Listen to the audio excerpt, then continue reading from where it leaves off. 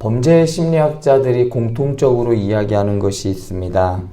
그것은 범인은 반드시 범죄 현장에 다시 온다라는 말입니다. 오랫동안 풀리지 않았던 화성 연쇄살인 사건의 그 범인도 사건 현장에 계속해서 왔다 갔다라는 것을 후에 알게 되었습니다. 마찬가지로 이와 같이 죄를 범한 사람은 다시 그 자리를 찾는 습성이 있습니다. 이런 모습이 오늘 말씀의 삼손에게도 나타납니다. 어제 살펴본 말씀에서 삼손은 부모 몰래 딥나의 포도원을 지나가다가 젊은 사자를 만나 맨손으로 사자를 찢어 죽이는 괴력을 발휘하였습니다. 이 과정에서 맨손으로 죽였다라는 것은 삼손이 그 시체를 만졌다는 것을 의미하였기 때문에 삼손은 나시린의 규례를 어겼다고 어제 말씀을 드렸습니다. 뿐만 아니라 삼손은 6절 말미에서 자기의 행한 일을 부모에게 알리지 아니하였다라고 하였습니다. 즉 삼손은 하나님 앞에서 범죄하였을 뿐만 아니라 부모마저도 속이는 것을 볼 수 있습니다. 오늘 말씀에서도 삼손은 그 여자를 맞이하려고 가는 길에 일이 생기고 맙니다. 계속해서 삼손이 일이 생기는 일에 꼭 블레셋 여인, 그러니까 그 여자가 계속해서 등장합니다. 오늘 말씀에서도 삼손이 그 여인을 만나러 가는 길에 일이 생깁니다. 8절을 잘 살피면 삼손이 그 여자를 맞이하려 하고 다시 가다가 돌이켜 그 사자의 죽음을 보았다라고 하였습니다. 즉 삼손이 그 여인을 만나러 가는 길에 우연히 다시 찾아간 것이 아니라 가는 길에 사자가 생각난 거예요. 그래서 다시 한번 가던 길을 돌이켜서 가는 길과 조금 떨어진 곳으로 의도적으로 그곳으로 갔다라는 것을 의미합니다. 이 말의 의미는 삼손이 시체를 보기 위해서 자기의 그 의도적으로 가던 길에서 벗어났고 그 죄를 다시 한번 확인하기 위해서 갔다는 것을 의미합니다. 그리고 의도적으로 시체와 다시 접촉하고 자신에게 주어진 나시린의 소원을 의지적으로 깨뜨린 것입니다. 여기서 우리가 살필 것은 죄는 우연히 짓는 것이 아니라 다분히 의지적이고 의도적이라는 것을 알 수 있습니다. 삼손이 무엇 때문에 사자의 시체에 있는 대로 갔는지 알 수는 없지만 삼손은 그곳에서 사자의 시체에 아주 신기한 것을 보게 됩니다. 통상적으로 죽은 시체는 그 다음날로 파리와 구더기가 쓸게 마련입니다. 그러나 삼손은 자신이 죽인 사자의 시체에 벌떼와 꿀이 있는 것을 보았습니다. 통상적으로 떼라고 번역된 이 아다트라는 히브리어는 구약 성경에서는 하나님의 백성들인 이스라엘 백성들을 지칭할 때는 그 떼라는 단어가 사용되었고 주로 출애굽기, 민수기, 레위기에서 많이 사용되었는데 특히 이스라엘 백성들의 인구조사를 하였던 민수기에 집중적으로 나타나는데 총 65회에 등장합니다. 동물이나 곤충에게 쓰일 때는 떼라는 단어이지만 사람들 그리고 회집하는 사람들의 이렇게 사용될 때에는 회중이라는 뜻으로 번역되었습니다. 그러니까 사사기 기자는 이 벌떼라는 말을 통하여 이스라엘은 현재 상태를 보여주고 있는 겁니다. 이스라엘은 하나의 공동체를 이룰 수조차 없는데 그에 반해 하찮은 이 벌들은 떼를 형성하고 있는 모습이 묘한 대조를 이루고 있다는 겁니다. 삼손의 소명은 하나 되지 못하고 흩어져서 블레셋의 압제에 신음하고 있는 이스라엘 백성들을 하나로 모아서 블레셋으로부터 이스라엘을 구원하는 데 그의 소명이 있었습니다. 그러나 이스라엘 공동체에 대한 삼손이 가지고 있던 인식은 단지 싸워야 할 대적의 딸들과 창기들과 사귀고 결혼하고 관계를 맺는 정도가 전부였습니다. 하찮아 보이는 벌떼도 공동체를 형성했지만 삼손이나 이스라엘은 그렇게 하지 않았습니다. 이 부분에 대하여 엠니히라는 학자는 아주 뛰어난 통찰을 보여주는데 그는 이렇게 말합니다. 이 사자의 시체는 벌떼, 공동체를 담고 있을 만한 곳처럼 보이지 않는다는 점을 생각하게 한다. 마찬가지로 가나안 땅도 이스라엘 공동체를 담을 만한 곳으로 보이지 않는다. 오직 하나님께서 그들의 대적을 몰아내셔야만 거주가 가능한 곳이기 때문이다. 애초부터 하나님 없는 젖과 꿀이 흐르는 가나안 땅은 존재하지 않았습니다. 하나님 없이는 가나안 땅은 생지옥과 같은 곳이었기 때문입니다. 오직 하나님께서 주셔야만 취할 수 있는 곳이었습니다. 그러나 이스라엘은 이 모든 것들이 자신의 능력으로부터 얻은 것인 마냥 하나님을 잊고 우상 숭배의 길로 접어들었습니다. 사사기 기자는 벌떼를 통해 이 점을 상징적으로 이야기해주고 있는 것입니다. 계속해서 말씀을 살피면 벌들이 있는 곳에 꿀이 있었습니다. 니디치라는 학자는 꿀에 대하여 이러한 해석을 내놓습니다. 많은 문화권에서 풍요의 상징으로 꿀이라는 단어는 사용되고 또한 결혼 관계를 이루는 장면으로 방편으로 먹는 매우 적절한 음식이다라고 말합니다. 오늘 본문 안에서만 보았을 때 꿀은 단지 자연산 꿀을 가리킵니다. 그러나 죽은 사자의 시체의 꿀은 삼손 이야기 전체를 놓고 보았을 때 1차적으로는 이방 여인을 의미합니다.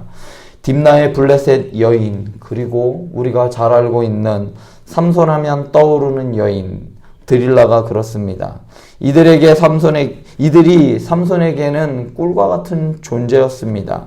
그들은 삼손을 부정하게 만들지만 그 달콤함 때문에 차마 떨쳐낼 수 없는 존재들이었습니다.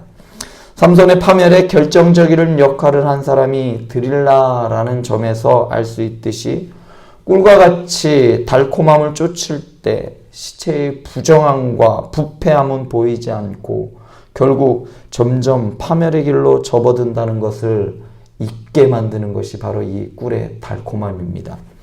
두 번째로 삼손 이야기에서 꿀은 이방 문화와 삶의 방식을 가리킵니다. 삼손은 나신인으로 어떻게 살아가야 하는지 삶의 방식이 이미 태어나기 전부터 정해진 사람입니다. 하나님의 소유로 살아가야 하는 이스라엘 백성들보다 더 높은 가치를 추구해야 하는 나실인이었지만 삼손은 거룩한 삶보다는 이방인의 삶의 방식을 따라 살아갔습니다. 이러한 삼손의 모습은 당시를 살아간 이스라엘 백성들의 모습을 전형적으로 보여주고 있습니다. 비단 삼손만 그런 것이 아니라 그 시대를 살아갔던 모든 사람들이 그렇게 달콤함을 쫓아 살아갔고 즐거움을 쫓아 살아갔습니다. 가나안 땅이 주는 풍요로움은 꿀보다 더 달콤했고 이방 신전에서 이방신들을 섬기는 죄인은 지금까지 경험해 보지 못한 쾌락을 주었기 때문에 한 번 발을 디딘 이후로는 빠져나올 수가 없었습니다.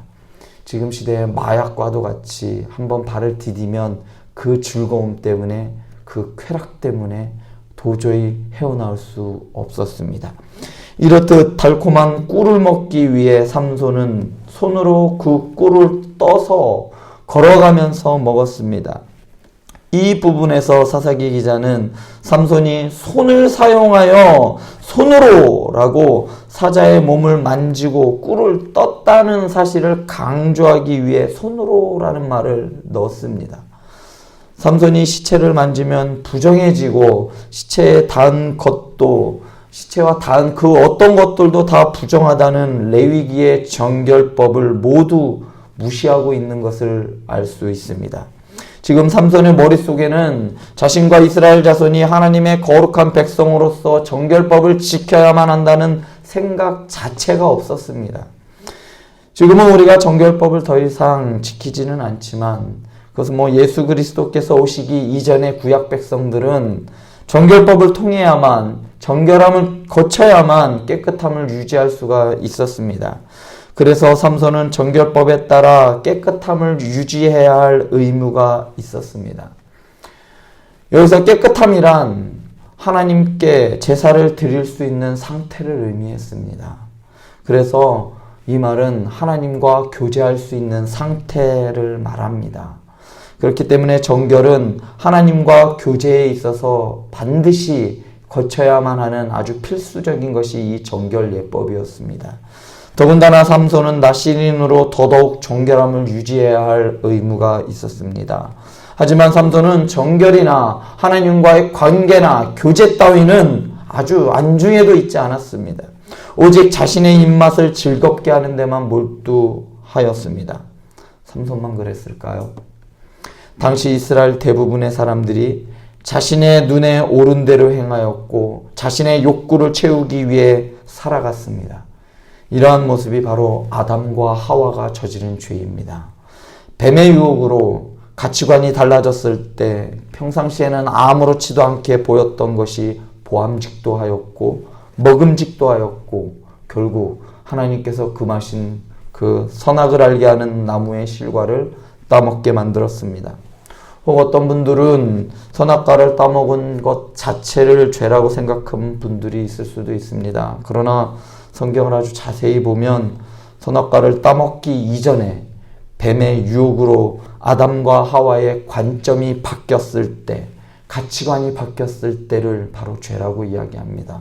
마음속으로는 온통 저것을 먹어야겠다, 내가 저것을 갖고 싶다, 취해야겠다라는 그러한 생각들 뿐인데 단지 따먹지 않았기 때문에 죄가 아닌 것이 아니란 말입니다. 마음속으로는 온통 음흉한 생각과 그러한 탐욕적인 마음이 가득함에도 불구하고 아직 때를 얻지 못했기 때문에 드러난 것이 아니지 죄가 없는 것이 아니란 말입니다. 이스라엘 백성들이 모두 다 우상 숭배를 했을까요? 그들이 정말 그렇게 큰 죄를 저질렀을까요? 저는 아니라고 봅니다. 그런데 왜 하나님께서는 사사시대에 살아가는 이스라엘 사람들을 철저히 그들은 하나님을 떠났고 우상 숭배를 했다라고 말할까요? 왜냐하면 그들의 가치관이 바뀌었기 때문입니다. 하나님 없이도 잘 살 수 있다는 생각, 하나님 없이도 우리는 행복할 수 있다는 생각들, 이런 생각이 우상 숭배이고 이러한 생각이 문화가 된 시대를 우리는 성경에서 사사시대라고 말합니다. 그래서 저는 최근에 전 세계적으로 유명해진 BTS라는 그룹을 사실 조심스럽게 보아야 한다라고 생각합니다. 좀 너무한 거 아니냐라고 생각하시는 분들도 있겠지만 대한민국을 전 세계에 알리고 국위를 선양하는 대한민국의 그룹을 경계해야 한다라고 주장하는 이유는 그들이 전하는 메시지 때문입니다. BTS가 전하는 메시지를 한번 들어보신 적 있나요? 인터뷰나 아주 큰 매체와 인터뷰할 때 그들이 전하는 메시지는 하나였습니다. 당신은 행복해질 권리가 있고 행복해질 수 있습니다. 그리고 무엇이든지 우리는 견뎌내고 해낼 수 있습니다. 라는 메시지입니다. 어려움을 당하고 고난 앞에 선 사람들에게 이러한 BTS의 메시지가 힘이 되었다는 세계 곳곳의 경험담을 우리는 어렵지 않게 유튜브나 뉴스를 통해 접할 수 있습니다. 그런데 이러한 생각과 사고가 가나안식의 생각, 사고였습니다. 난 나야. 나는 행복해질 권리가 있고 내가 어떻게 느끼느냐가 먼저인 사고방식이 바로 가나안식 사고입니다. 그러나 우리는 어떤 사람들입니까? 우리는 철저하게 하나님 중심, 말씀 중심, 예수 그리스도 중심으로 살아가는 그리스도인들입니다. 우리의 평안과 행복은 그리스도 안에서만 누릴 수 있습니다. 그리스도인들에게서 이 땅에서의 행복은 절대로 이루어질 수 없는 겁니다. 우리의 행복은 주님이 오시는 그날 영원한 안식을 얻는 하나님의 나라가 이 땅에 임할 때 우리는 비로소 행복을 누릴 수 있는 것입니다. 그렇기 때문에 우리 스스로는 아무것도 할 수 없고 전적으로 무능력한 상태가 우리가 하나님 앞에서의 상태입니다. 그래서 여러분들이 이 자리에 나와 있는 것이 아니겠습니까? 나는 아무것도 안 됩니다. 나는 할 수 없습니다. 나는 아무것도 할 수 없습니다. 나는 능력이 없어요. 나는 아무것도 행복하지 않습니다. 주님 아니면 나는 행복해 줄 수가 없어요. 그래서 매일 아침 이 자리에 나오는 거 아니겠습니까? 이 자리에 나와 이렇게 고백하는 저와 여러분들은 그리스도 중심으로 살아가는 사람들입니다. 꿀이 주는 달콤함에 취해 부모마저도 부정하게 만드는 죄악의 길을 가는 것이 아니라 이 세상에서 잠깐의 달콤함은 누리지 못한다 할지라도 영원한 본향을 바라보며 주님이면 충분합니다. 주님 한 분만으로 만족할 수 있습니다.